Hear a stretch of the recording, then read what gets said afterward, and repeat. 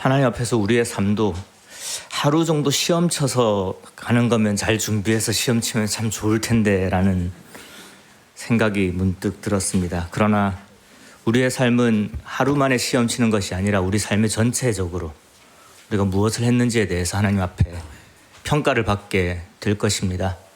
그러니 한 번 시험 잘못 쳤다고 해서 하나님 앞에서 우리의 평가가 달라지는 것은 아니니까 또 오히려 힘을 낼 수가 있을 것 같습니다.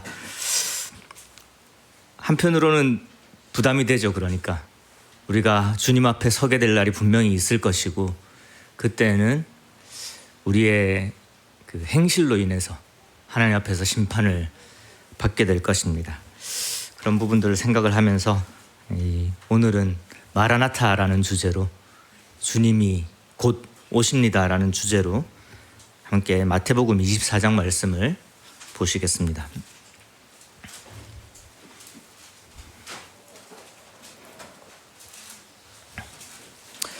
마태복음 24장 1절부터 14절까지를 먼저 읽어드리도록 하겠습니다.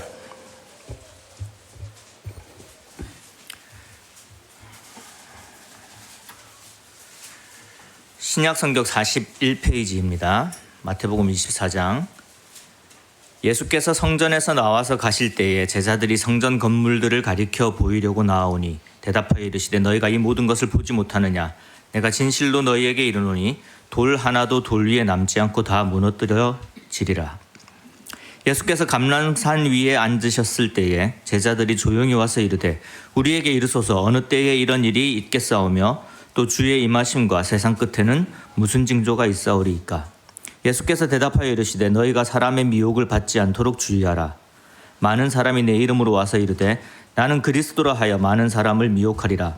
난리와 난리 소문을 듣겠으나 너희는 삼가 두려워하지 말라. 이런 일이 있어야 하되 아직 끝은 아니니라. 민족이 민족을 나라가 나라를 대적하여 일어나겠고 곳곳에 기근과 지진이 있으리니 이 모든 것은 재난의 시작이니라. 그때 사람들이 너희를 환난에 넘겨주겠으며 너희를 죽이리니 너희가 내 이름 때문에 모든 민족에게 미움을 받으리라. 그때 많은 사람이 실족하게 되어 서로 잡아주고 서로 미워하겠으며 거짓 선지자가 많이 일어나 많은 사람을 미혹하겠으며 불법이 성함으로 많은 사람의 사랑이 식어지리라. 그러나 끝까지 견디는 자는 구원을 얻으리라. 이 천국 복음이 모든 민족에게 증언되기 위하여 온 세상에 전파되리니 그제야 끝이 오리라. 때는 이제 예수님께서 십자가에 달려 돌아가시기 이제 한 3, 4일 정도 전에 일어난 일입니다. 그전 일요일 날 예수님께서 예루살렘 입성을 하셨고 이 명절을 지키러 온 많은 유대인들에게 이제 하나님의 말씀을 마지막으로 전하시고 또 제자들과 함께 하시면서 마지막 교훈을 하시는 장면이고 이때는 이제 화요일 정도로 추정이 되는 시기입니다. 그 당시 이제 성전의 아름다운 모습을 이제 많은 사람들이 보여주기를 원했고 제자들도 성전을 가리켜서 성전을 보십시오라고 이야기를 했을 때에 예수님께서는 이 성전이 돌 위에 돌 하나도 남지 않고 다 무너질 것을 말씀을 하십니다.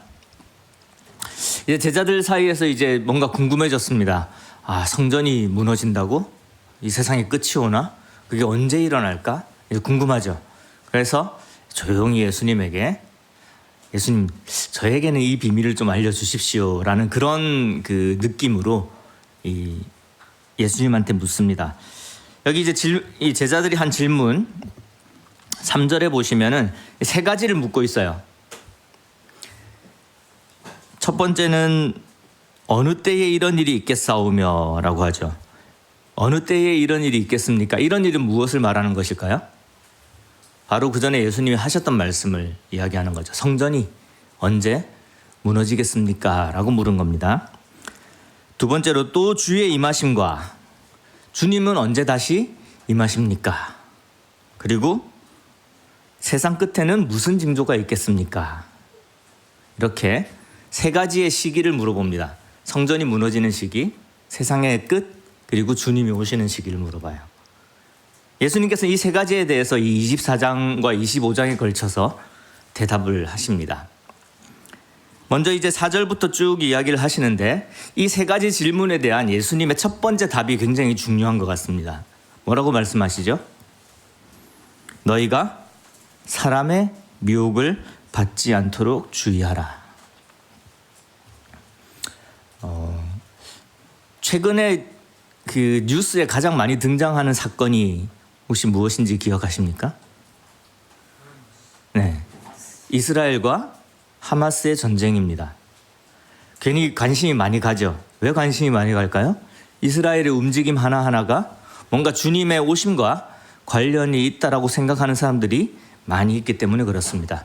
특히 미국 사회의 이 기독교에서는 이 이스라엘이 다시 어떻게 되느냐에 관심을 가지고 실질적으로 거기에 투자를 하거나 그것을 위해서 정치적인 경제적인 여러 가지 힘들을 행사하는 사람들이 있습니다. 왜냐하면은 이것과 예수님이 오시는 것과 재림과 굉장히 밀접하게 연관되어 있을 거다라고 생각을 하기 때문에 그렇습니다.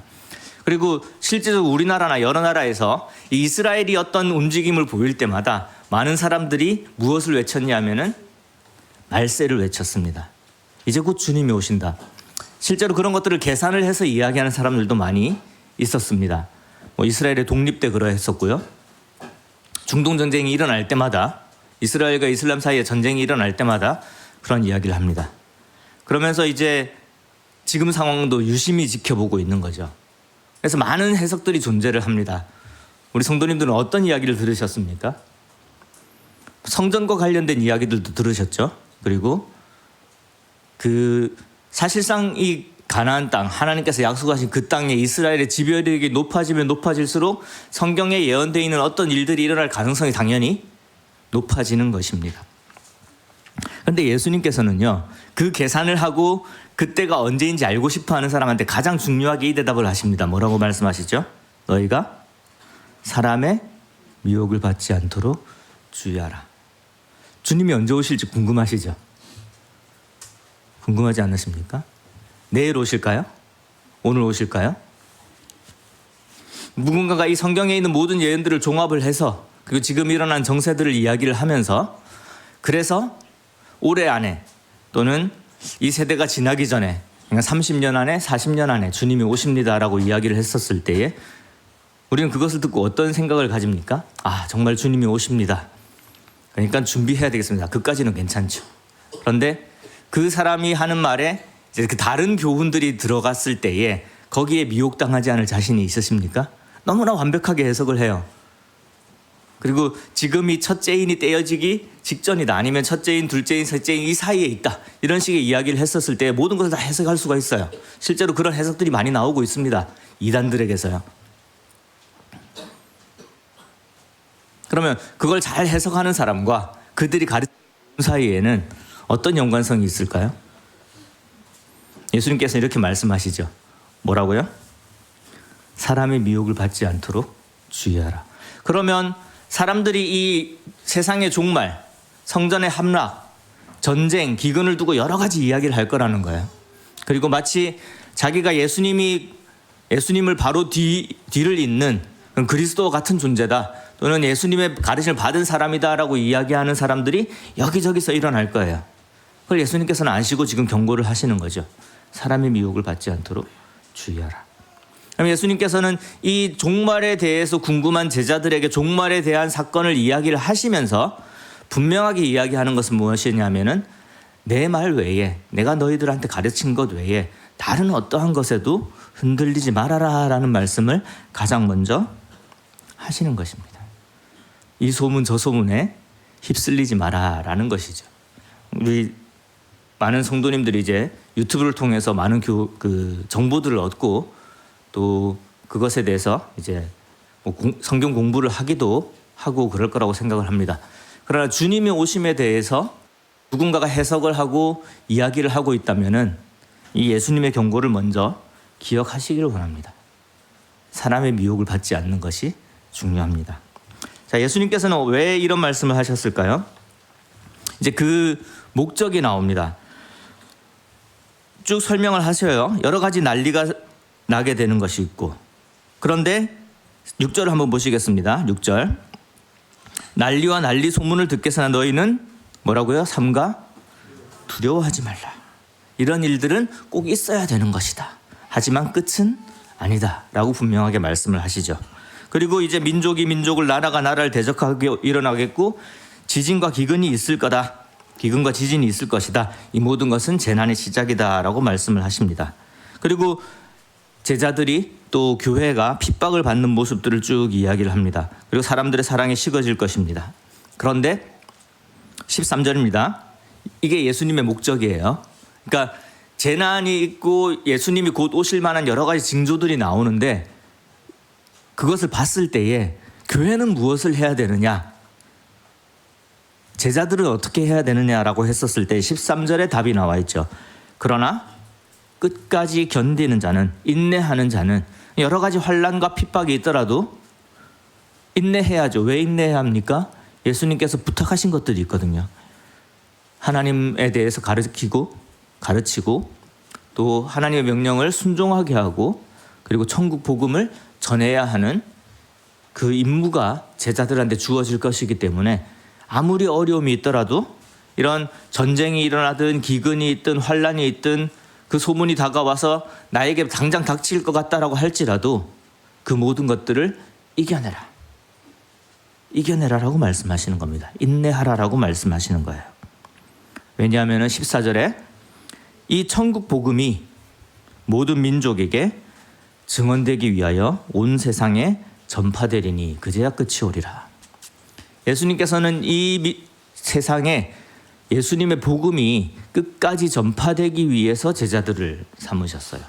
제자들이 여러 가지 환난들을 당하고 교회가 여러 가지 환난들을 당하고 전쟁에 노출되고 기근에 노출되고 지진에 여러 재해에 노출이 될 것이지만 거기서 포기하면 안 된다는 거죠. 왜냐하면 복음이 끝까지 모든 민족에게 전해져야 하기 때문에 그렇습니다. 만약에 끝이 다가왔다고 해서, 환란이 왔다고 해서 이제 교회가 모든 것을 포기하고 자, 우리의 믿음만 지킵시다,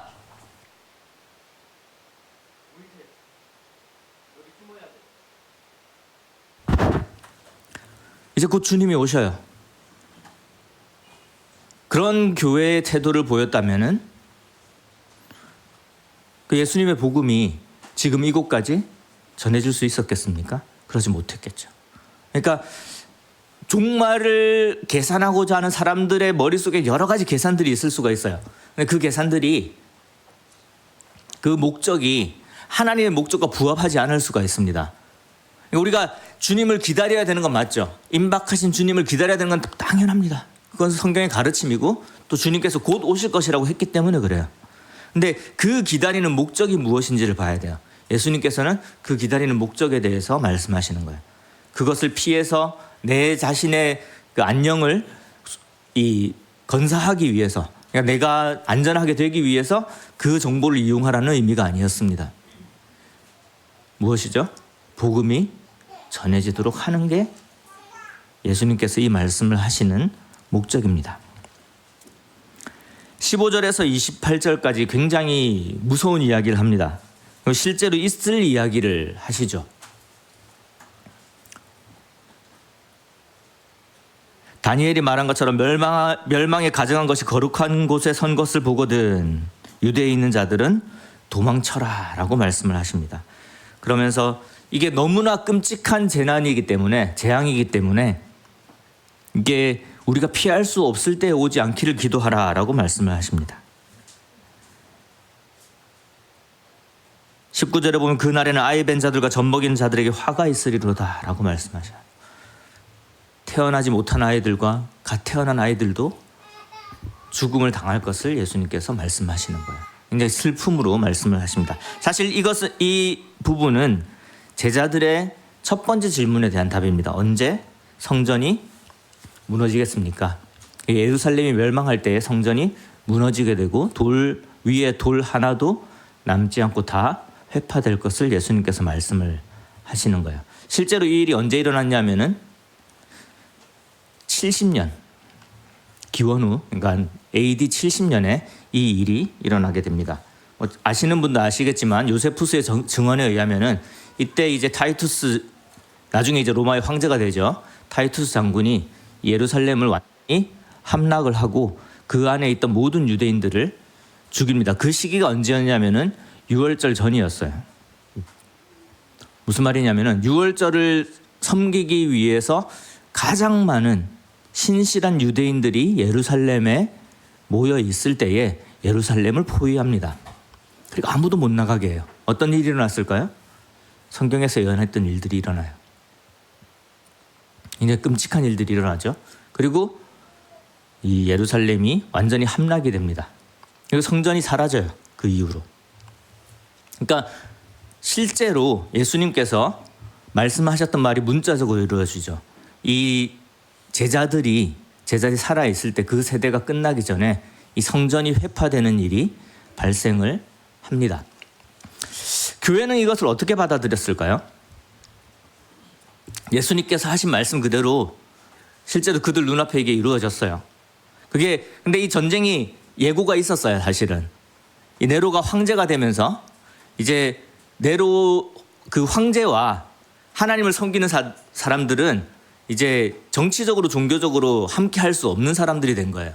그러니까 이 이스라엘이 계속해서 유대인들이 계속해서 이 황제에 대한 섬김을 반대를 하면은 황제를 신격화했거든요. 문제가 있기 때문에 이제 성전에다가 이 로마의 신들에 대한 신상을 이렇게 놓고 그를 섬기게 하는 일이 몇 년 전에, 그러니까 70년 되기 몇 년 전에 발생을 합니다. 그것으로 인해서 뭐가 생기냐면은 유대인 간의 내분이 생겨요. 이걸 견뎌야 될 것이냐, 이것을 이제 반역을 해서 우리가 성전에 대한 그 주권을 찾아야 될 것이냐 하는 그 분쟁이 생기고, 그것과 함께 동시에 이제 로마와 유대인들의 전쟁이 시작이 되는 거예요. 그 마지막이 어떻게 되냐면은 6월절 전에 사람들이 모였을 때 예루살렘을 이제 둘러싸서 함락을 하는 그런 일들이 실제적으로 생깁니다. 유대인 역사가 요세푸스의 증언에 의하면은 그때 70년도 예루살렘 함락 때에 죽은 사람이 100만 명에 달한다고 합니다. 그리고 포로로 잡혀간 사람이 10만 명 정도가 된다고 합니다. 물론 이 숫자에 대해서는 이게 역사적인 숫자라는 것이 다 완벽하게 맞을 수는 없거든요. 왜냐하면 그 당시에 정말로 팔레스타인 지역에 유대인들이 100만 명 정도가 있었느냐 하는 그런 이 역사적인 그런 통계학적인 그런 이제 의문들이 있긴 합니다만은, 중요한 사실은 뭐냐면은 하나님을 섬기기 위해서, 제사를 드리기 위해서, 유월절 절기를 지키기 위해서 예루살렘에 모였던 수많은 사람들이 죽음을 당할 수밖에 없는 엄청난 재난이 있었던 거예요. 교회에 있는 그 지도자들 중에서, 또 사도들 중에서 아마 그 전에 피한 사도들이 굉장히 많았을 것으로 예상이 됩니다. 실제로 그런 기록들도 있고요. 왜냐하면은 예수님의 그 말씀을 기억했거든요. 성전에 멸망에 가증한 것이 세워졌을 때에 도망을 갔던 그런 유대인 공동체들이 있긴 있습니다. 그리스도인 공동체죠. 예수님의 말씀을 기억을 했던 거예요. 마태복음 24장 29절 보겠습니다. 그날 환란 후에 즉시 해가 어두워지며 달이 빛을 내지 아니하며 별들이 하늘에서 떨어지며 하늘의 권능이 흔들리리라. 그때의 인자의 징조가 하늘에서 보이겠고 그때에 땅의 모든 족속들이 통곡하며 그들이 인자가 구름을 타고 능력과 큰 영광으로 오는 것을 보리라. 그가 큰 나팔 소리와 함께 천사들을 보내리니 그들이 그의 택하신 자들을 하늘 이 끝에서 저 끝까지 사방에서 모으리라. 마태도 함께 포함되어 있으니 제자들이 예수님한테 세 가지 질문을 했어요. 성전이 무너지는 때가 언제입니까? 예수님은 언제 다시 오십니까? 세상의 끝은 언제입니까? 라고 질문을 했고, 예수님께서는 다른 사람 말 듣지 말고 내 말만 들어라, 미혹되지 말라라고 말씀을 하시고, 이 세상의 끝이 오기 전에 여러 가지 환란들이 있을 것이고, 세상의 끝이 오기 전에 예수님의 복음이, 천국의 복음이 전해질 것을 말씀하셨어요. 그리고 성전이 무너질 때 이런 일들이 있을 거라고 말씀하셨어요. 그리고 다시 무엇을 말씀하시냐면은 그날 환란 후에 이제는 인자가 오실 것, 예수님이 다시 오시는 것에 대해서 말씀하십니다. 예수님이 세 가지 답변을 다 하고 계시는 거예요. 그리고 사실 제자들은 이 세 가지가 같은 질문인지 알았죠. 이게 이해가 되십니까? 제자들은요, 이 세 가지가 같은 질문이라고 생각했어요. 성전 회파와 예수님이 오시는 것과 세상의 끝, 심판이 다 동시에 일어날 거라고 생각을 한 거예요. 그래서 물어봤고, 그래서 같은 장에 같이 이렇게 기록이 되어 있습니다. 근데 예수님께서는 구분을 해서 말씀하셨거든요. 세상 끝전에 복음이 전파되는 것, 그리고 성전이 무너지는 것, 그리고 성전이 무너진 이후에 이제 인자가 오시는, 예수님이 다시 오시는 시기가 시작된다라고 말씀하시는 거예요. 그러면 지금 4절에서 14절까지에 있는 그 끝이 되는 그 순간, 그리고 예수님이 오시는 것, 이게 제자들이 받아들일 때 어땠을지 한번 생각을 해보시길 바랍니다. 자, 예루살렘의 성전이 무너졌어요. 예수님의 이 말씀을 제자들이 생각을 했겠죠. 그럼 제자들은 뭐라고 생각했을까요? 그날 환란 후에 즉시 해가 어두워지며 곧 주님이 오시겠구나라고 생각했던 거예요.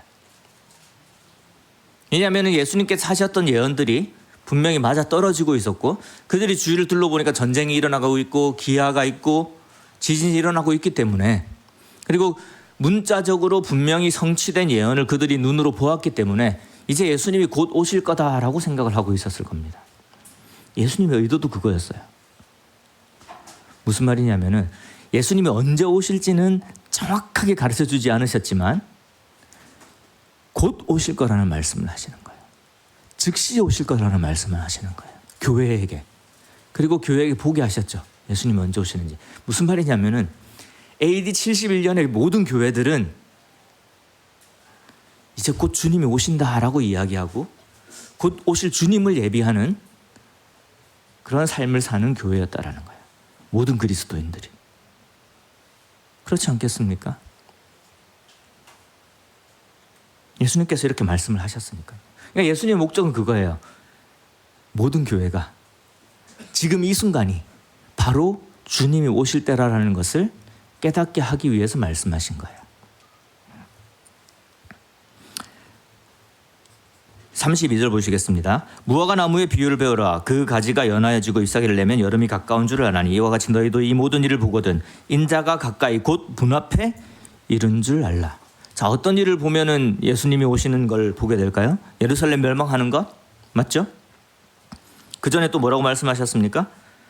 여러 가지 난리, 소문들, 핍박들, 민족이 민족을, 나라가 나라를, 지진, 기근, 이 모든 것들을 보면은 무화과 나무가 그 순서에 따라서 잎을 내고 꽃을 피고 열매를 맺는 것처럼 예수님이 곧 오실 것이라는 것을 깨달아라. 어디를 보라라고 이야기하는 거죠? 살펴보라고 이야기하는 거예요. 이 세상을 살펴보라는 거예요. 어떻게 되는지. 그러니까 우리가 여러 가지 정세들을 보고 상황들을 보면서 주님이 가까워 왔다라는 것은 성경적인 거예요. 그게 예수님께서 의도하신 분명한 정확한 목적입니다. 지금 이 상황을 보면서 주님이 오실 것이라. 근데 그게 언제부터였다고요?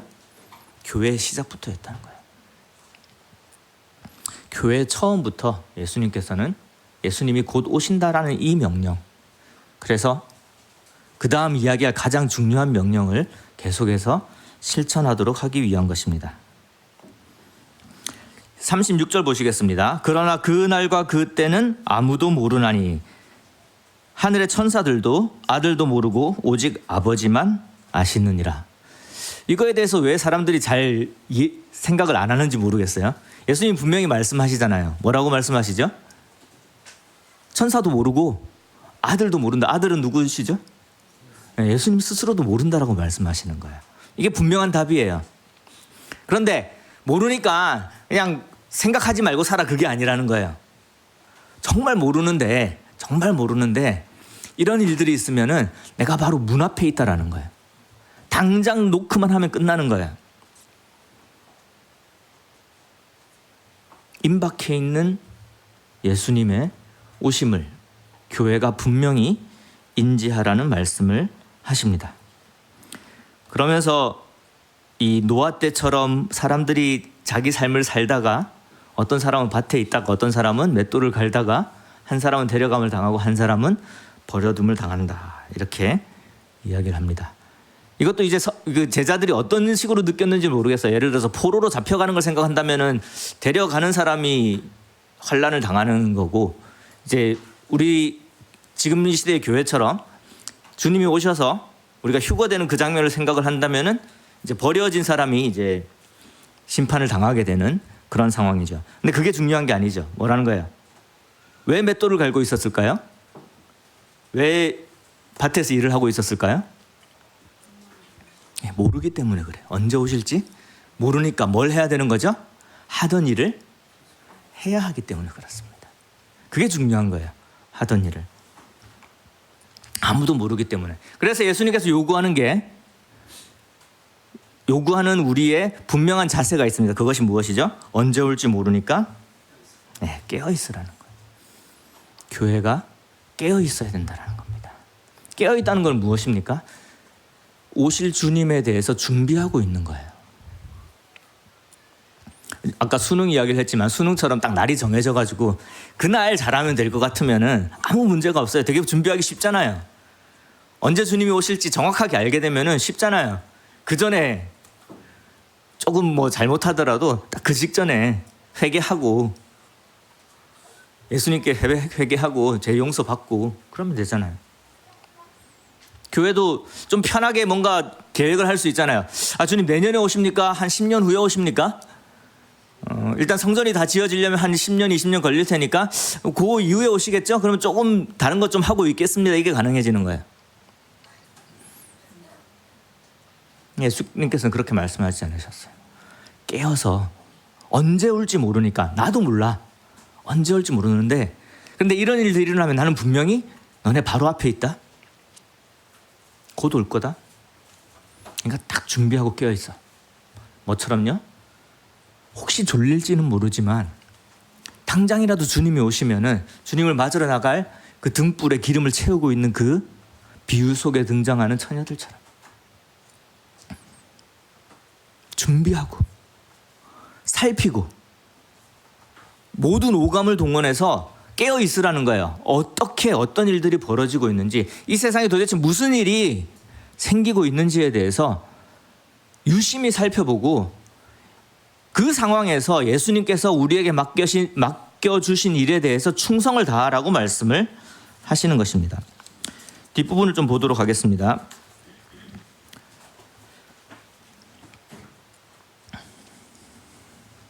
42절입니다. 그러므로 깨어있으라. 마태복음 24장 42절입니다. 그러므로 깨어있으라. 어느 날에 너희 주가 임할는지 너희가 알지 못함이니라. 분명히 모른다고 말씀하시죠. 우리도 알 수 없다라고 말씀하시죠. 그러므로 뭐 하라고요? 깨어있으라고요. 43절 너희도 아는 바니 만일 집주인이 도둑이 어느 시각에 올 줄을 알았더라면 깨어있어 그 집을 뚫지 못하게 하였으리라. 이러므로 너희도 준비하고 있으라. 생각하지 않은 때에 인자가 오리라. 이것에 대해서 조금 더 구체적으로 알기 쉽게 설명한 비유가 무슨 비유인지 아시겠죠? 열처녀의 비유인 거예요. 준비하고 깨어있으라는 비유죠. 45절부터 보겠습니다. 충성되고 지혜 있는 종이 되어 주인에게 그 집 사람들을 맡아 때를 따라 양식을 나눠줄 자가 누구냐? 주인이 올 때 그 종이 이렇게 하는 것을 보면 그 종이 복이 있으리로다. 내가 진실로 너희에게 이르노니 주인이 그의 모든 소유를 그에게 맡기리라. 이거에 대해서 좀 더 시각적으로 분명하게 보여주는 비유가 어떤 비유인지 아시겠죠? 충성된 종에게 모든 것을 맡기는, 그리고 뭔가를 부탁하고 가시는 주인, 달란트 비유를 이야기합니다. 그게 바로 25장에 이어지는 두 가지 비유입니다. 열처녀의 비유와 달란트 비유. 그러니까 아까 말씀드렸다시피 이 제자들의 세 가지 질문에 대한 대답으로 예수님께서는 너희들이 알 수는 없지만 잘 살펴보고 깨어 있으면은 세상의 복음이 교회를 통해서 전해질 수 있다는 말씀을 하시면서 그 시간에 이어서 말씀하신 비유가 열처녀의 비유와 달란트의 비유라는 것입니다. 그렇잖아요. 주제가 동일하잖아요. 지금 여기서 하시고 있는 말씀을 그대로 같은 주제로 비유를 말씀을 하시는 거예요. 잘 생각해보면 조금 상반되는 두 가지 삶의 태도일 수가 있습니다. 잘 생각을 해보면은 우리에게 은사를 주시고 충성하라고 하셨을 때에 우리에게 재능을 주시고 우리의 삶에 대해서 충직하게 하나님이 부탁하신 이 세상의 일들을 하라고 했을 때 우리는 뭘 하게 되냐면은 나의 재능을 가지고 직장 생활을 할 수도 있게 되는 거고 교회 생활을 할 수도 있게 되는 거, 여러 가지 계획들을 하게 되고 뭐 선교를 나가게 되고 헌금을 하고 그런 교회 생활들을 하나하나 충실하게 해 나가야 돼요. 마치 이 세상이 계속 될 것처럼.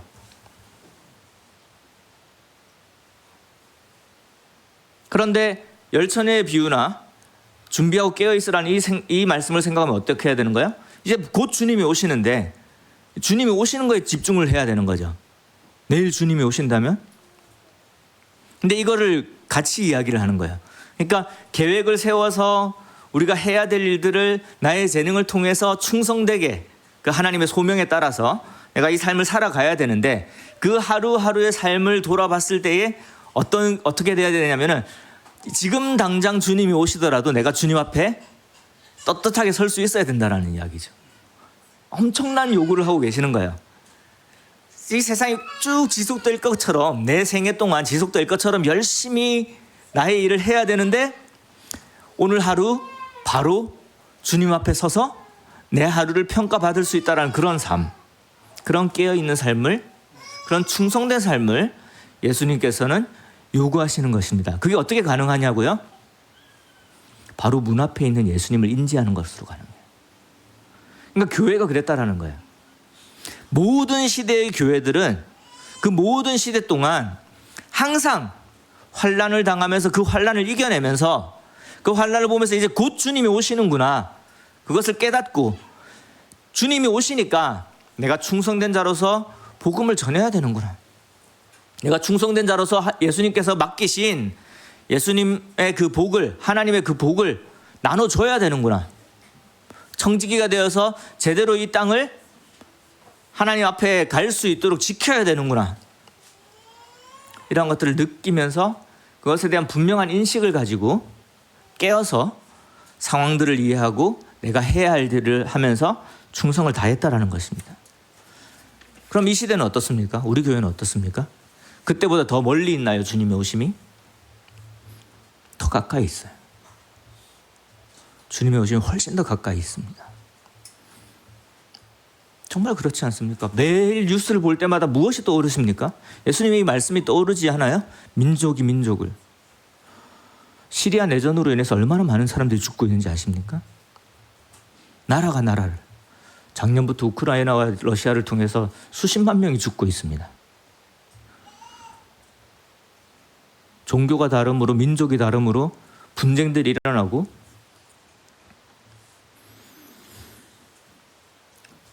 가까운 역사를 생각을 해보면은 2차 대전 때 유대인들만 600만 명이 홀로코스트로 죽임을 당했어요. 그걸 바라보고 있는 그 당시의 교회들은 무엇을 봤을까요? 예수님이 곧 오심을 보지 않았을까요?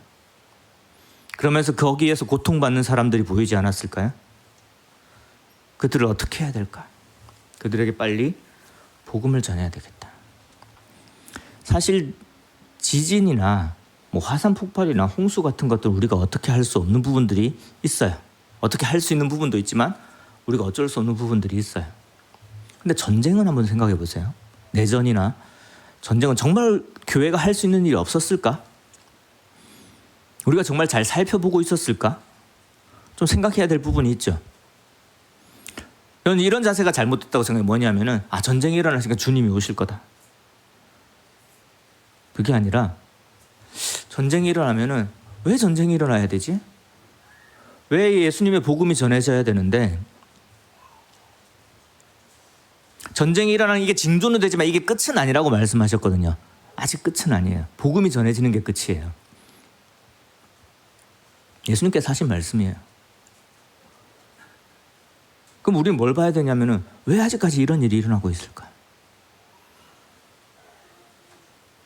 아프리카에서 홍수가 나면은요, 어제 뉴스 보셨죠? 우리나라에서 홍수가 나면은 한두 명이 죽는 게 되게 큰 뉴스가 되죠.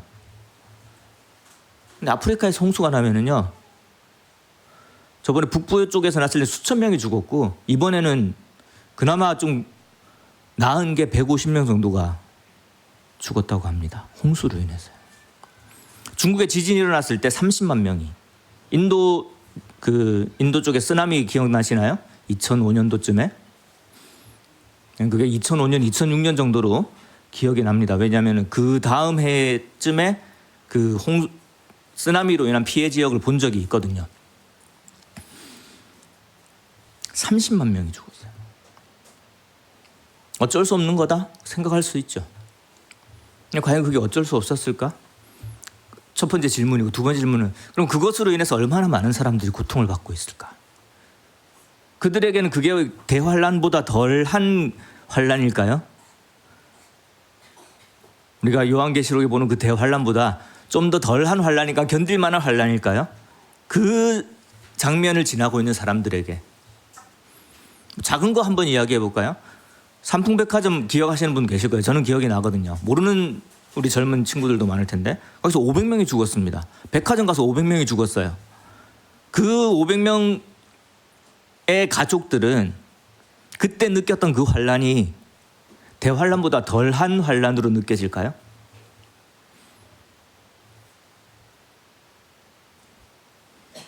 뭐 더 가까이 와보면 이태원 참사 있지 않습니까? 코로나로 몇 명이 죽었어요?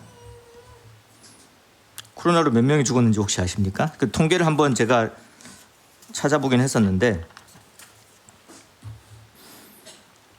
약 700만 명입니다.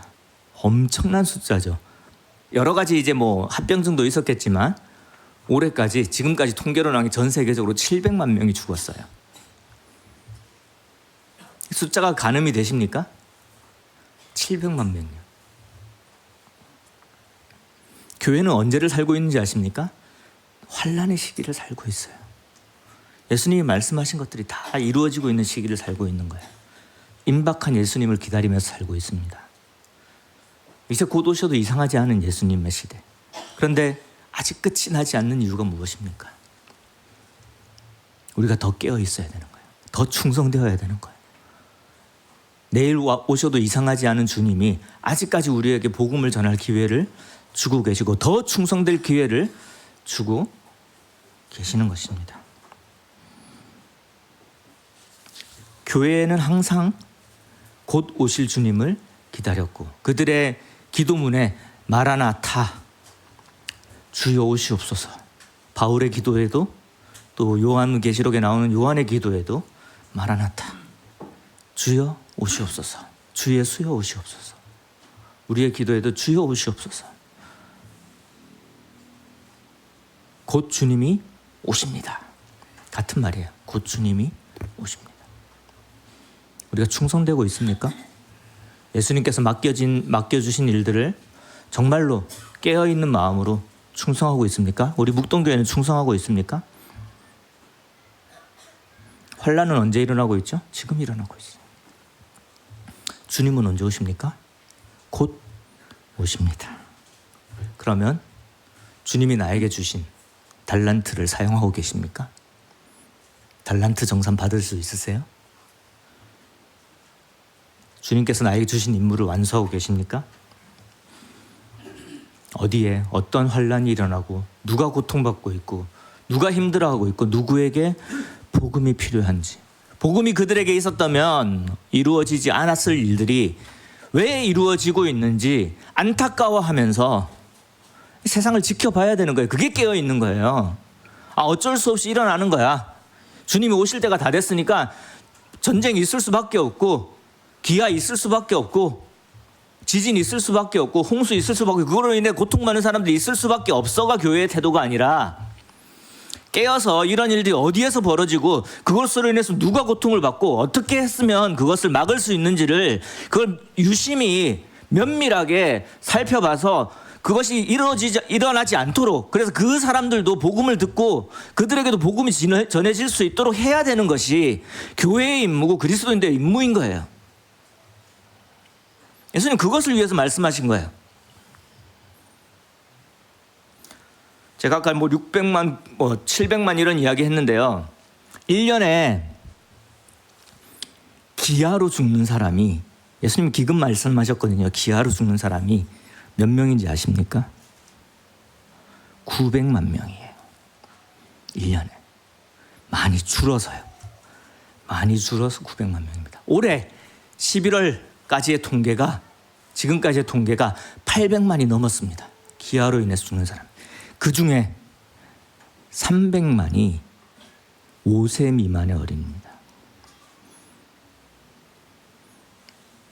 교회가 그걸 알면서 기근은 예수님께서 예언하신 거니까 어쩔 수 없어 주님이 오실 때가 된 거야 라고 말할 수 있는 건가요? 세계에서 지금 현재 먹을 물이 부족한 사람이 20억에 달합니다. 상상 가세요. 20억이라는 수가 먹을 물을 제대로 깨끗한 물을 구하지 못하는 거야. 이 사람 모두 다 병에 노출되어 있는 거야. 많이 줄어서 그래요. 어떻게 줄었는지 아십니까?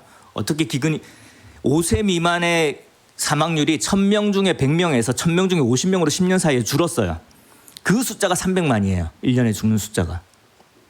1000명 중에 100명 가까이가 죽다가 5세 미만이 생존율을 말하는 거예요. 그러니까 5세를 넘어서 사는 생존율을 이야기하는 거예요.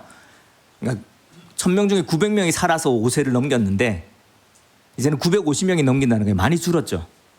많이 줄었는데 1년에 죽는 사람이 300만인 거예요. 그러니까 그전에 얼마나 심각했는지 아시겠죠. 어떻게 줄일 수 있습니까? 최소한의 비용으로 최대한의 효과를 낼 수 있는 영양식들이 개발이 되고 식수를 깨끗하게 만들 수 있는 기술이 개발이 되고 그게 실질적으로 거기에 사용이 돼요. 많은 사람들이 하루에 얼마씩, 한 달에 얼마씩, 1년에 얼마씩 그들을 위해서 그걸 사서 그들한테 전해주십시오 하고 기부를 해요. 그중에 많은 사람들이 그리스도인들이고요. 그래서 개발하는 사람들 중에 많은 사람이 그리스도인이고요. 그곳에 가서 여러 가지 그 강에 보를 만들고 개선을 해서 홍수의 피해가 적지 않도록 노력하는 사람들이 존재한다는 거예요. 그 사람들이 예수님의 이 말씀을 가장 잘 이해한 사람들이라고 생각을 해요. 그렇지 않습니까? 깨어 있으면서 예수 그리스도의 복음이 그곳에 들어갈 수 있으려면 살아야 될 거 아닙니까? 그들이 살아야지 예수님의 복음을 듣죠. 1년에 900만이에요. 좀 진지하게 한 질문을 드리고 싶어요. 이게 조금 어폐가 있는 질문일 수 있지만 예수님 곧 오시는 말세입니다. 복음을 전하는 것이 우선입니까? 기아로 죽어가는 아이들을 살리는 게 우선입니까? 분명하게 답하실 수 있겠어요? 복음을 전하는 것이 우선입니까? 조금 강하게 말씀드리는 거예요. 기아로 죽어가는 아이들을 살려놓는 게 우선입니까?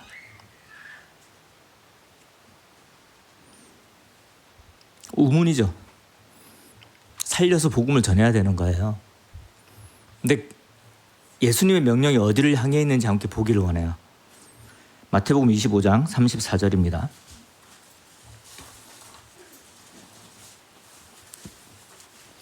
예수님은 모든 걸 내다보고 계시죠. 주님이 오시기 전에 교회가 무엇을 했는지를 평가를 하실 거예요. 그럼 교회가 무엇을 해야 되는지 예수님은 분명하게 말씀을 하고 계십니다. 그때에 임금이 다시 오신 예수님입니다. 그때에 다시 오신 예수님께서 그 오른편에 있는 자들에게 양쪽으로 나눴죠. 내 아버지께 복받을 자들이여 나와 창세로부터 너희를 위하여 예비된 나라 천국을 상속받으라. 35절입니다. 내가 줄일 때에 너희가 먹을 것을 주었고 목마를 때에 마시게 하였고 나그네 되었을 때에 영접하였고. 그러니까 오른편에 있던 사람들이 이야기하죠. 교회가 이야기합니다. 마지막 때에 구원받은 자들이 이야기를 하는 거예요. 저희 그런 적 없는데요. 예수님한테 예수님 보지도 못하는 예수님한테 어떻게 먹을 걸 주고 어떻게 마실 걸 드렸습니까? 라고 하니까 예수님이 뭐라고 대답하십니까? 내가 진실로 너희에게 이르노니 40절입니다. 너희가 여기 내 형제 중에 지극히 작은 자 하나에게 한 것이 곧 내게 한 것이니라. 다시 한번 우문을 던지고 가겠습니다. 주님이 오실 이 말세에 우리가 복음을 전하는 것이 중요합니까? 죽어가는 아이들을 살리는 것이 중요합니까?